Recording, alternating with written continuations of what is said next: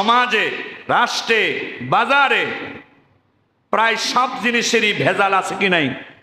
কতক্ষণ আছে কি নাই? আমরা কি করি? একটা মোবাইল যদি কিনতে যাই, যে কোনো মোবাইল কিনি নাকি যাচাই করে দেখার চেষ্টা করি এই মোবাইলটা নকল না অরিজিনাল, যাচাই করি কিনা? যদি কাপড় কিনতে যাই, এই কাপড় কিনতে গিয়েও এই কাপড়টা ভেজাল কাপড় নাকি সঠিক কোম্পানির কাপড়, আর ব্র্যান্ড কি, যাচাই করি কি করি না? জুতা যদি কিনতে যাই, এই জুতাটাও এমনিতেই কিনি, যা দাম বলে তাই দিয়ে কিনি নাকি যাচাই বাছাই করি? কথা বলেন না কেন? আরে ভাই, আপনার একটা মোবাইল যাচাই বাছাই করা ছাড়া আপনি কেনেন না, একটা পাঞ্জাবি কাপড় যাচাই বাছাই ছাড়া নেন না, পায়ের জুতাটা পর্যন্ত যাচাই বাছাই করে নেন। আর একজনকে আপনি বন্ধু বানাবেন, অন্তরে জায়গা দিবেন, আপনি যাচাই বাছাই করবেন না, এটা কি হতে পারে? এটা কখনো হতে পারে না। যাচাই বাছাই কি দিয়ে করবেন? মুসলমান তার জীবনের সমস্ত কাজের যাচাই বাছাই করবে এক নম্বরে আল্লাহর কোরআন দিয়ে। মুসলমান তার জীবনের সমস্ত কাজের যাচাই বাছাই করবে আল্লাহর রাসূলের হাদিস দিয়ে। মুসলমান তার জীবনের সমস্ত কাজের যাচাই বাছাই করবে সাহাবায়ে কেরামের জীবন দিয়ে। মুসলমান তার জীবনের সমস্ত কাজের যাচাই বাছাই করবে হক্কানি আলেমদের পরামর্শের মাধ্যমে। ঈদ, সপ্তাহের শ্রেষ্ঠ দিন জুমার দিনে তাঁর ইবাদত করার জন্য তার ঘরে আসার মতো সুযোগ দিলেন, তৌফিক দিলেন। এজন্য সকলেই দিল থেকে শুকরিয়া জ্ঞাপন করি, বলি আলহামদুলিল্লাহ। অসংখ্য অগণিত দরুদ ও সালাম বর্ষিত হোক সর্বকালের সর্বযুগের সর্বশ্রেষ্ঠ মহামানব, বিশ্ব মানব জাতির মহান শিক্ষক বিশ্বনবী জনাবে মুহাম্মদ রাসূলুল্লাহর প্রতি সকলেই মহব্বতে পাঠ করিনি সাল্লাল্লাহু আলাইহি ওয়াসাল্লাম। সম্মানিত মুসলিম কেরাম, গত জুমায় আমরা কোরআন এবং হাদিস থেকে আলোচনা শুনতেছিলাম মুসলমান কার সঙ্গে বন্ধুত্ব করবে এবং কার সঙ্গে মুসলমান শত্রুতা রাখবে।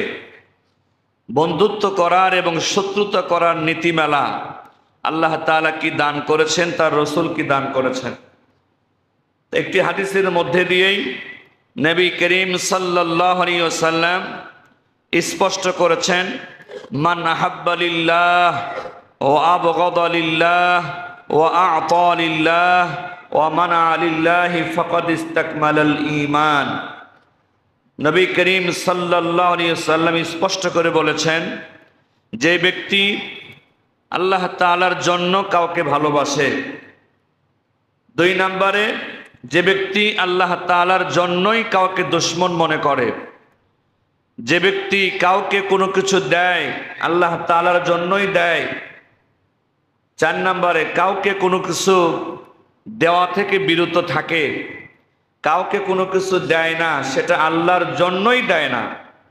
এই চারটা গুণ বৈশিষ্ট্য যাদের মধ্যে থাকবে আল্লাহ তাআলা তার ঈমানকে পরিপূর্ণ করে দিবেন। সুবহানাল্লাহ। তাহলে যে লোকটা আমার আল্লাহকে ভালোবাসে, আমি ঈমানদার, আমার পরিচয় হলো আমিও তাকে ভালোবাসবো। যে লোকটা আমার আল্লাহকে দুশমন মনে করে, আমার ঈমানের পরিচয় হলো আমার আল্লাহর দুশমনকেও আমিও দুশমন মনে করব। তিন নম্বরে যেই জায়গায়, যেই ব্যক্তিকে, যেই কাজে আল্লাহ তাআলা সহযোগিতা করতে বলেছেন, আমি ওই ব্যক্তিকে ওই জায়গায় ওই কাজে সহযোগিতা করব। চার নম্বরে যাকে, যে ব্যক্তিকে, যেই জায়গায়, যেই কাজে আল্লাহ তাআলা সহযোগিতা করতে নিষেধ করেছেন, আমি ওই কাজে সহযোগিতা করব না। এই চারটা কাজই করব কার জন্য?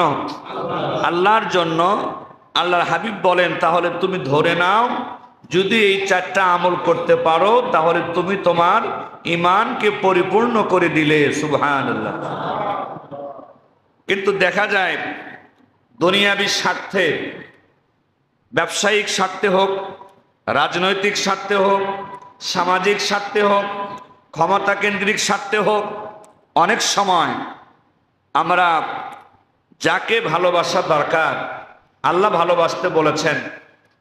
আমরা যখন দেখি এই লোকটাকে ভালোবাসলে আমার সমাজে, আমার রাষ্ট্রে আমি তেমন কোনো উপকার পাবো না, ক্ষমতা কেন্দ্রিক উপকার, অর্থ সম্পদ কেন্দ্রিক উপকার, এই লোকটা আল্লাহ তাআলাকে ভালোবাসলেও লোকটা গরিব, অসহায়, দুর্বল, সমাজে তার কোনো তেমন প্রভাব নেই, এই লোকটাকে ভালোবাসতে গেলে আমি সমাজে তেমন কোনো সুবিধা পাবো না।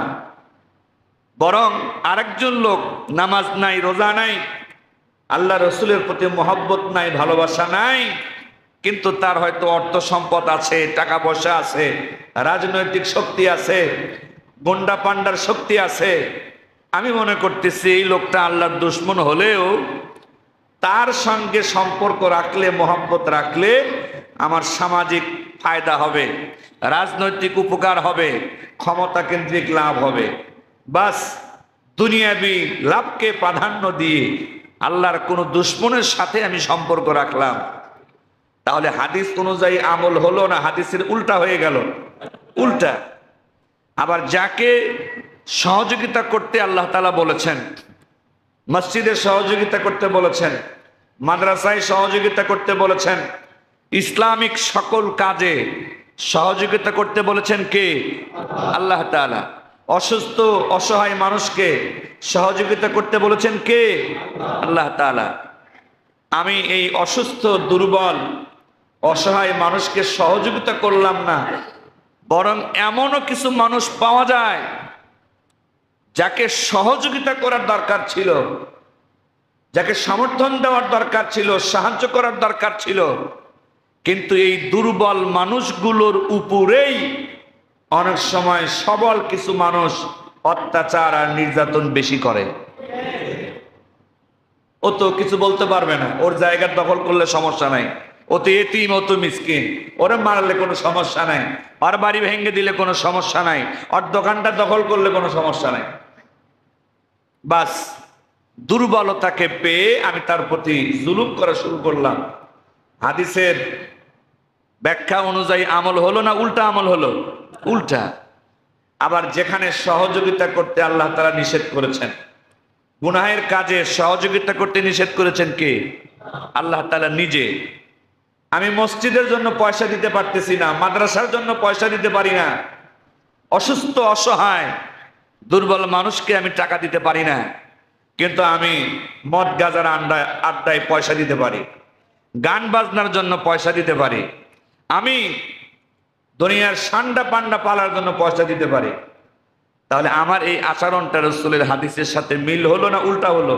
উল্টা। আমার আচার ব্যবহার যদি আল্লাহ তাআলার বক্তব্যের উল্টা হয়, আমার চাল চলন যদি আমার রাসূলের হাদিসের উল্টা হয়, কাল কিয়ামতের কঠিন ময়দানে চাপাবাজি করে আল্লাহ এবং তার রাসূলকে ধোঁকা দেওয়া যাবে? কোন সুযোগ? এজন্য মুসলমান ভাইরে আমার, সামাজিক ক্ষমতা অস্থায়ী ক্ষমতা, আজকে আছে কালকে নাই।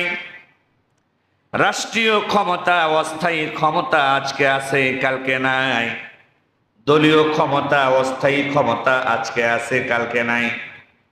বরং কিছু কিছু দলের ভিতরে এমন অবস্থা দেখা যায়, একটাই দল কিন্তু একই দলের ভিতরে গ্রুপ হয়ে গেছে 2টা 3টা 4টা 5টা, আছে কি নেই? একটা দল একই নামে মিল হয়ে থাকতে আমরা পারি না, একই দলে 2 3 4টা গ্রুপ। তা আপনি কারে খুশি করতে পেরেছেন? আপনার নিজ দলের সব লোকই তো আপনার প্রতি খুশি হতে পারেনি। এখান থেকে বোঝা যায় মানুষকে খুশি করা অত্যন্ত কঠিন, পরিবারের লোকদেরকেও খুশি করা কঠিন, সমাজের লোকদেরকেও খুশি করা কঠিন, আমার রাজনৈতিক দলের লোকদেরকেও খুশি করা কঠিন, ক্ষমতাওয়ালা লোকদেরকেও খুশি করা কঠিন, ধনী হোক গরিব হোক, মানুষকে খুশি করা কঠিন। এর তুলনায় আল্লাহকে খুশি করা সহজ। বলেন না সুবহানাল্লাহ? আল্লাহকে খুশি করা মানুষকে খুশি করার চাইতে সহজ। মানুষের কাছে যদি আপনি বারবার কোনো কিছু চান, আশা করেন, প্রত্যাশা করেন। আপনার যত আপন হোক, কাছের মানুষ হোক, আপনি তার কাছে বারবার যান, বারবার সাহায্য চান, এটা মানুষ পছন্দ করে না। কিন্তু নবীজি হাদিস শরীফের মধ্যে বলেন, মাল্লাম ইয়াসআলিল্লাহ ইয়াগদাব আলাইহি, যে ব্যক্তি আল্লাহর কাছে চায় না, আল্লাহর কাছে প্রার্থনা করে না, আল্লাহ ওই ব্যক্তির উপরে নারাজ হয়ে যায়। মানুষের কাছে বারবার চাইলে মানুষ অসন্তুষ্ট হয়, নারাজ হয়। আর আল্লাহর ব্যাপারে উল্টো ঘটনা, আপনি যত বেশি চাইবেন, নবীজি বলেন আল্লাহ তোমার প্রতি তত বেশি খুশি হবে। বলেন না সুবহানাল্লাহ। তাহলে মানুষের চাইতে আল্লাহকে খুশি করা কঠিন হলো না সহজ হলো? সহজ। কিন্তু মানুষকে ধোঁকা দেওয়া যায়, আল্লাহরে ধোঁকা দেওয়া যায় না। মানুষের সাথে প্রতারণা করা যায়, আল্লাহর সাথে প্রতারণা করা যায় না। মানুষকে খুশি করা কঠিন বটে, কিন্তু মানুষকে ধোঁকা দেওয়া যায়। পক্ষান্তরে আল্লাহ তাআলাকে খুশি করা সহজ বটে, কিন্তু ধোঁকা দিয়ে আপনি আল্লাহকে খুশি করতে পারবেন না। আপনার চেহারা, আপনার মুখ, হাত পার কাজকর্ম যেমন তিনি জানেন, আপনার অন্তরের ভিতরে কি আছে না আছে সেটাও তিনি জানেন। মানুষ জানে না আপনার মনের খবরটা কি। এজন্য মুখে মুখে ভালো ব্যবহার করলেন, অন্তরে মানুষের সাথে আপনি দুশ্মনী রাখলেন, এটা মানুষ টের না পাইতে পারে। কিন্তু আল্লাহর সাথে ধোঁকাবাজির মাধ্যমে কোনো সম্পর্ক করার কোনো সুযোগ নাই। মুসলমান ভাইরে আমার, এই জন্য ইমানদারের 1 নাম্বার বন্ধু হলেন আল্লাহ নিজে, ইমানদারের 2 নাম্বার বন্ধু হলেন তার রাসূল, ইমানদারের 3 নাম্বার বন্ধু হলো আরেকজন ইমানদার। আপনি আল্লাহকে সামান্য থেকে সামান্য দিয়েই খুশি করতে পারবেন। একটি উদাহরণ দিলে বুঝতে পারবেন। একটা এলাকায় একজন ধনী ব্যক্তি মসজিদ নির্মাণ করা শুরু করলো, জায়গা তার নিজের, আর ঘোষণা দিল এই মসজিদের কোনো কাজে আপনাদের কারো কোনো সহযোগিতা করা লাগবে না। ইট, রড, সিমেন্ট, বালু যা কিছু লাগে সব কিছু আমি একাই ব্যবস্থা করে দিব। মসজিদ নির্মাণের পরে আপনাদের দায়িত্ব শুধুমাত্র মসজিদে এসে নামাজ আদায় করবেন। এই মসজিদের জন্য আপনাদের কোনো টাকা পয়সার সহযোগিতার প্রয়োজন নাই, সব ব্যবস্থা আমি একাই করব।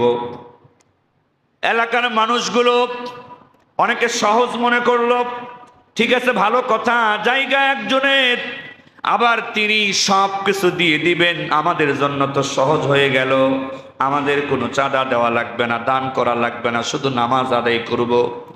একজন দিন মজুর গরিব মানুষ, মনের মধ্যে তার কষ্ট লাগলো, হায়রে আমার বাড়ির কাছে মসজিদ নির্মাণ হচ্ছে, আল্লাহর ঘর, আর হাদিসের কথা শুনেছি দুনিয়াতে কোনো ব্যক্তি যদি একটা মসজিদ বানায় সৎ নিয়তে হালাল পয়সায়, কাল কিয়ামতের কঠিন ময়দানে জান্নাতের ভিতরে মসজিদ নির্মাণকারীর জন্য আল্লাহ রাজপ্রাসাদ বানায়া দিবেন।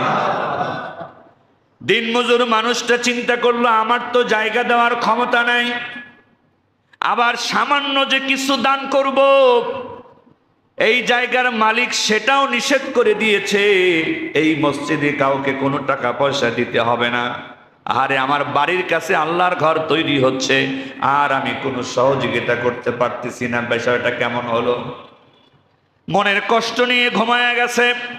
রাত্রিতে কোনো একজন ব্যক্তি ডেকে বলতেছে, আল্লাহর গোলাম, চিন্তার কোনো কারণ নাই, অনুমতি নেওয়ার কোনো দরকার নাই, ঘরটা যখন আল্লাহর, জায়গাওয়ালা অনুমতি দিক আর না দিক বানাচ্ছে আল্লাহর ঘর, আল্লাহর ঘরে সবার অধিকার আছে।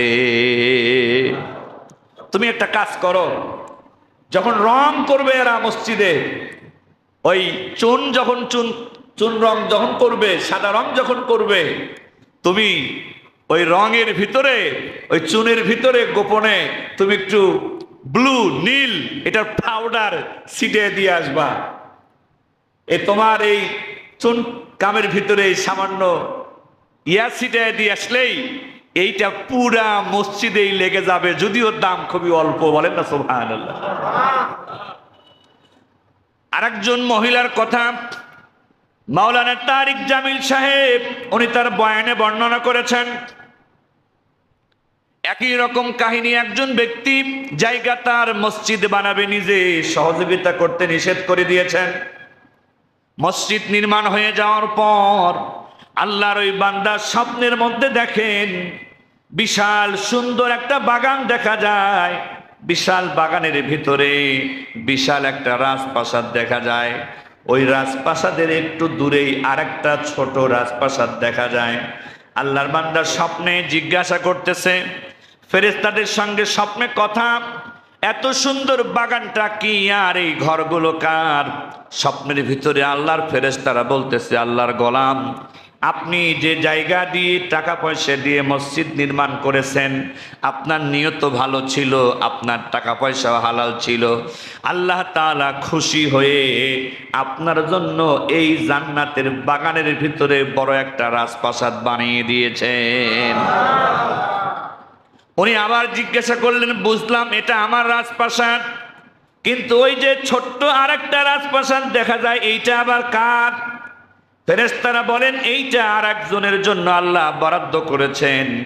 আপনি যে মসজিদ নির্মাণ করেছেন, এই মসজিদের ভিতরে আল্লাহর আরেকজন বান্দির সহযোগিতা আছে, তাকে আল্লাহ তাআলা ওই ছোট্ট রাজপ্রাসাদ দিয়েছেন। সুবহানাল্লাহ।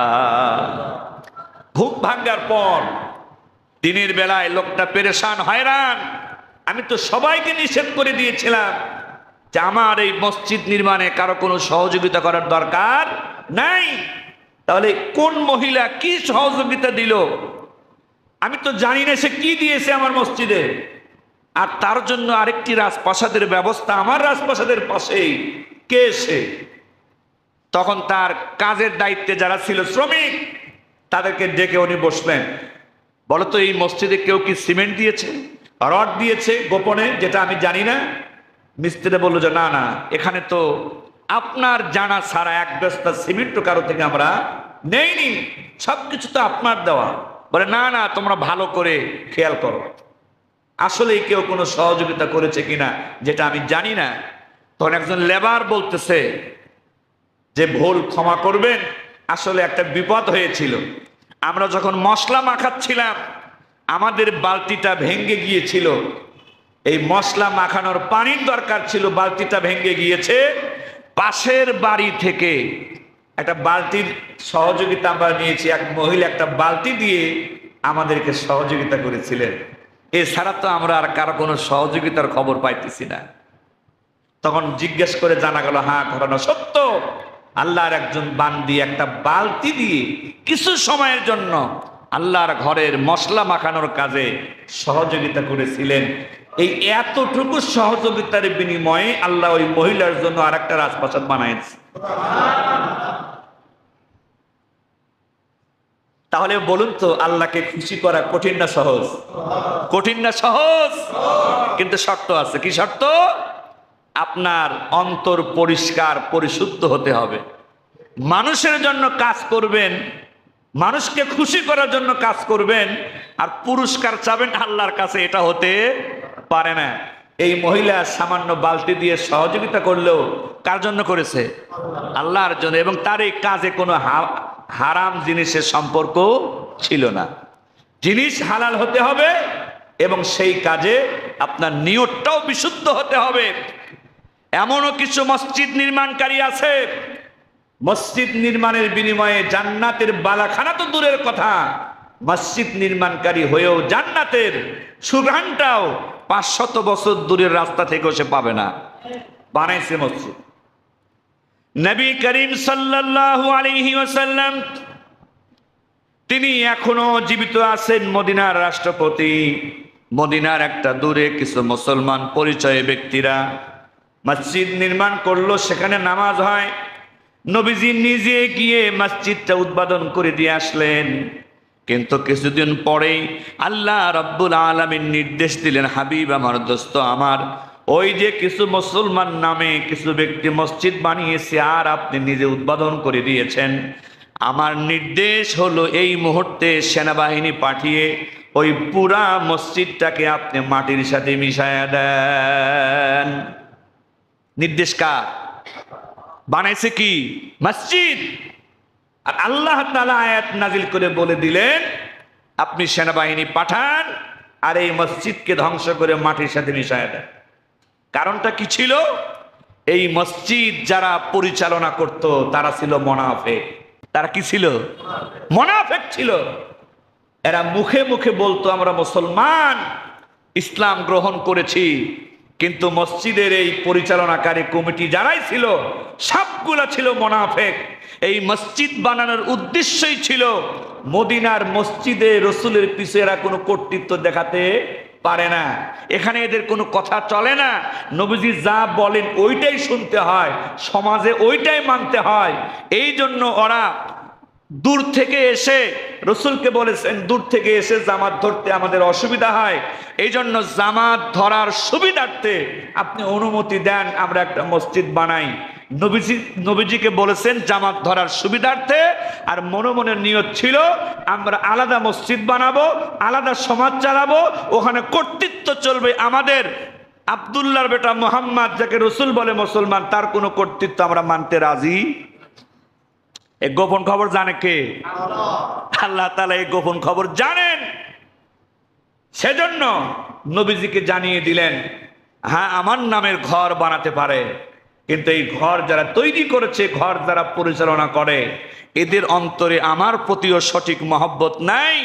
ওগো রাসূল আপনার উপরেও এদের সঠিক কোনো মহব্বত নাই। এই জন্য যেই ঘর আমার নামে বানানো হবে অথচ একনিষ্ঠভাবে সেই ঘরে আমার জন্য কাজ করা হবে না, ওই ধরনের ধোঁকাবাজির ঘর আমি আল্লাহর কোনো দরকার নাই। মুসলমান ভাইরে আমার, এজন্যই আল্লাহ রাব্বুল আলামিন বলেছেন ওয়াল মুমিনুনা ওয়াল মুমিনাতু বা'দুহুম আউলিয়াউ বা'দ।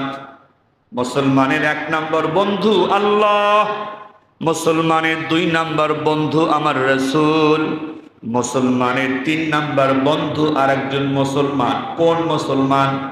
আল্লাহ তাআলা পরিচয় দিয়েছেন শুধুমাত্র মুখে মুখে মুসলমান দাবি করলেই ওই লোকটা তোমার বন্ধু হতে পারে না। শুধুমাত্র মুখে মুখে ইমানদার দাবি করলেই ওই লোকটা তোমার বন্ধু হতে পারে না।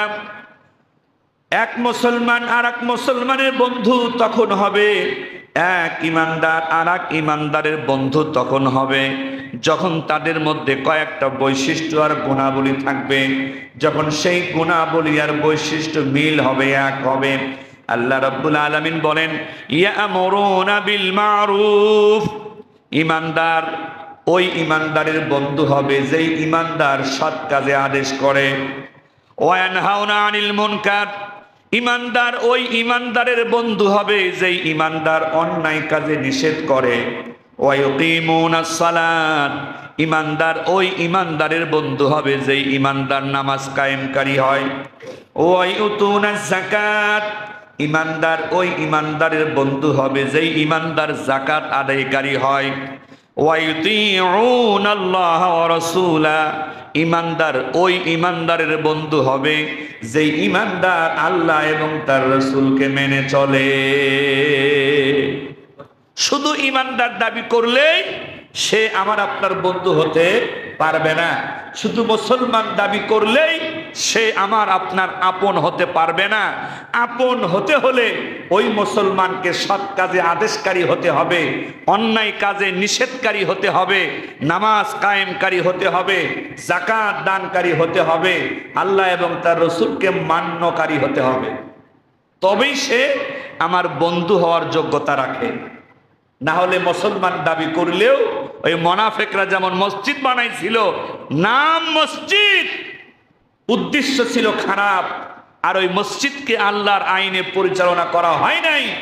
আল্লাহ নিজে নির্দেশ দিয়ে নবীর মাধ্যমে ওই মসজিদকে মাটির সাথে মিশিয়ে দিয়েছেন।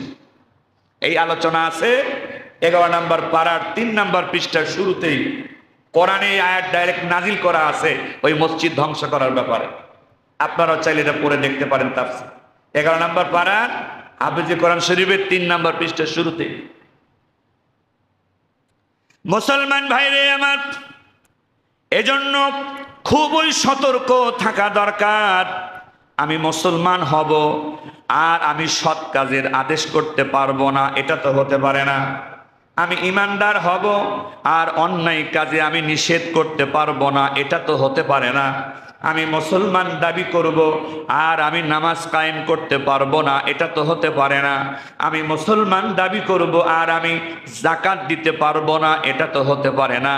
ইমানদার দাবি করব আর আল্লাহ রসুলকে মেনে চলবো না, এটা তো হতে পারে না। বহু মুসলমান, বহু ইমানদার এমন আছে যাদের কাছে আল্লাহর চাইতে, রসুলের চাইতে, আরেকজন ইমানদারের চাইতে কাফের বেঈমানদের দামটাই বেশি। আছে কি নাই? ওরা কাফেরদের পক্ষে বেশি কথা বলে, দাবি করে মুসলমান। আল্লাহর দুশমনদের পক্ষেই বেশি কথা বলে, রাসূলের দুশমনদের সাথেই বেশি উঠা বসা করে, কিন্তু দাবি করে আমি মুসলমান। সমাজে, রাষ্ট্রে, বাজারে প্রায় সব জিনিসেরই ভেজাল আছে কি নাই? কতক্ষণ আছে কি নাই? আমরা কি করি?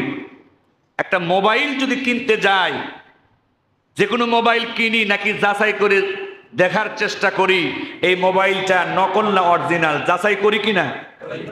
যদি কাপড় কিনতে যাই, এই কাপড় কিনতে গিয়েও এই কাপড়টা ভেজাল কাপড় নাকি সঠিক কোম্পানির কাপড়, আর ব্র্যান্ড কি, যাচাই করি কি করি না? জুতা যদি কিনতে যাই, এই জুতাটাও এমনিতেই কিনি, যা দাম বলে তাই দিয়ে কিনি নাকি যাচাই বাছাই করি? কথা বলেন না কেন? আরে ভাই, আপনার একটা মোবাইল যাচাই বাছাই করা ছাড়া আপনি কেনেন না, একটা পাঞ্জাবি কাপড় যাচাই বাছাই ছাড়া নেন না, পায়ের জুতাটা পর্যন্ত যাচাই বাছাই করে নেন। আর একজনকে আপনি বন্ধু বানাবেন, অন্তরে জায়গা দিবেন, আপনি যাচাই বাছাই করবেন না, এটা কি হতে পারে? এটা কখনো হতে পারে না। যাচাই বাছাই কি দিয়ে করবেন? মুসলমান তার জীবনের সমস্ত কাজের যাচাই বাছাই করবে 1 নম্বরে আল্লাহর কোরআন দিয়ে। মুসলমান তার জীবনের সমস্ত কাজের যাচাই বাছাই করবে আল্লাহর রাসূলের হাদিস দিয়ে। মুসলমান তার জীবনের সমস্ত কাজের যাচাই বাছাই করবে সাহাবায়ে কেরামের জীবন দিয়ে। মুসলমান তার জীবনের সমস্ত কাজের যাচাই বাছাই করবে হক্কানি আলেমদের পরামর্শের মাধ্যমে। এই নিয়ম করে দিয়েছেন কে? আল্লাহ তাআলা নিজে। আল্লাহ রাব্বুল আলামিন স্বয়ং বিশ্ব নবীকে আয়াত নাজিল করে বলে দিয়েছেন, মাঝে মাঝে নবীজি ইসলামের স্বার্থে কাফের নেতাদেরকে একটু আলাদা দাম দিতেন, গুরুত্ব দিতেন, যেহেতু তারা নেতা। নবীজি কাফের নেতাদেরকে দাম দিতেন এই জন্য, যাতে করে একজন কাফের নেতা যদি মুসলমান হয়ে যায় তাহলে নেতার সাথে আশা করা যায় আরো কিছু কর্মী মুসলমান হয়ে যেতে পারে। কথা বলেন ঠিক কিনা? কিছু কর্মী থাকে পাগল কর্মী, নেতা ন্যায় করুক আর অন্যায় করুক এই কর্মীগুলো নেতার পক্ষেই থাকে, নেতার অন্যায়ের পক্ষেও এরা থাকে, নেতার ন্যায় কাজের পক্ষেও এরা থাকে। আল্লাহর রাসূল চিন্তা করেছেন, যদি আমি বুঝ দিয়ে, নসিহত করে, ভালোবাসা দিয়ে, আন্তরিকতা দিয়ে যদি একটু দাম দিয়ে কাফের নেতাকে মুসলমান বানাতে পারি তাহলে তার সাথে আশা করা যায় আরো কিছু কাফের মুসলমান হবে। নবীজি এই যে কাফের নেতাদেরকে একটু আলাদা দাম দেওয়া শুরু করেছেন, নিজের স্বার্থে নয়, ইসলামের স্বার্থে। এইটাও আল্লাহ পছন্দ করে নাই। নবীজি কাফের নেতাকে দাম দিচ্ছেন কিসের স্বার্থে? ইসলামের স্বার্থে। নেতা মুসলমান হলে আরো অনেক কাফের কি হবে? মুসলমান হবে। এই নিয়তে আল্লাহ তাআলা এই নিয়তটাও পছন্দ করে নাই। 2টা জায়গায় আয়াত নাজিল করে দিয়েছেন। একটা জায়গা 30 নম্বর পারা সূরাতুল আবাসার শুরু থেকে 16টা আয়াত নাজিল করে আল্লাহ তাআলা কাফের নেতার চাইতে অন্ধ গরিব মুসলমানের দাম বাড়িয়ে দিয়েছেন। কাফের নেতাদের চাইতে একজন অন্ধ গরিব মুসলমানের সম্মানে আল্লাহ তাআলা কোরআনে 16টি আয়াত নাজিল করেছেন। জোরে কান্না মারহাবা। কাফেরদের সম্মানে না, অন্ধ গরিব অসহায় মুসলমানের সম্মানে। আর আল্লাহ রাব্বুল আলামিন বলে দিয়েছেন, ওয়ালান তারদা আনকাল ইয়াহুদু ওয়ালান নাসারা হাত্তা তাত্তাবিআ মিল্লাতাহুম। হাবিব আমার, দোস্ত আমার, ওই কাফের নেতারা আপনি যতই ভালো ব্যবহার করেন, আপনি যতই ওদেরকে দাম দেন, যতক্ষণ পর্যন্ত ওই কাফেরদের নেতৃত্ব আপনি না মানবেন, ওরা আপনার প্রতি পুরাপুরি খুশি হবে না। ওরা মেশে আপনার সাথে কথা বলে, সম্মান নেয়, কিন্তু যতক্ষণ পর্যন্ত ওদেরকে আপনি নেতা মেনে না নিবেন, ততক্ষণ পর্যন্ত ওরা আপনার উপরে পুরাপুরি খুশি হবে না। এজন্য সতর্ক থাকা দরকার, সাবধান থাকা দরকার। আমার আপনার বন্ধুত্ব কোনো কাফের বেঈমানের সাথে কখনো হতে পারে না, আল্লাহর দুশমনের সাথেও হতে পারে না, ভেজাল ইমানদারের সাথেও বন্ধুত্ব হতে পারে না। নবীজি বলেছেন, আল মারউ মা মান আহাব্বা, যার সাথে যার মহব্বত তার সাথেই, বলেন না, যার সাথে যার মহব্বত। এখন আপনি ঠিক করেন কার সাথে মহব্বত করে কার সাথে হাসিতে উঠবেন। আল্লাহ তাআলা আমাদের সকলকেই বোঝার এবং আমল করার তৌফিক দিন। সকলে বলি আমিন। ওয়া আখির।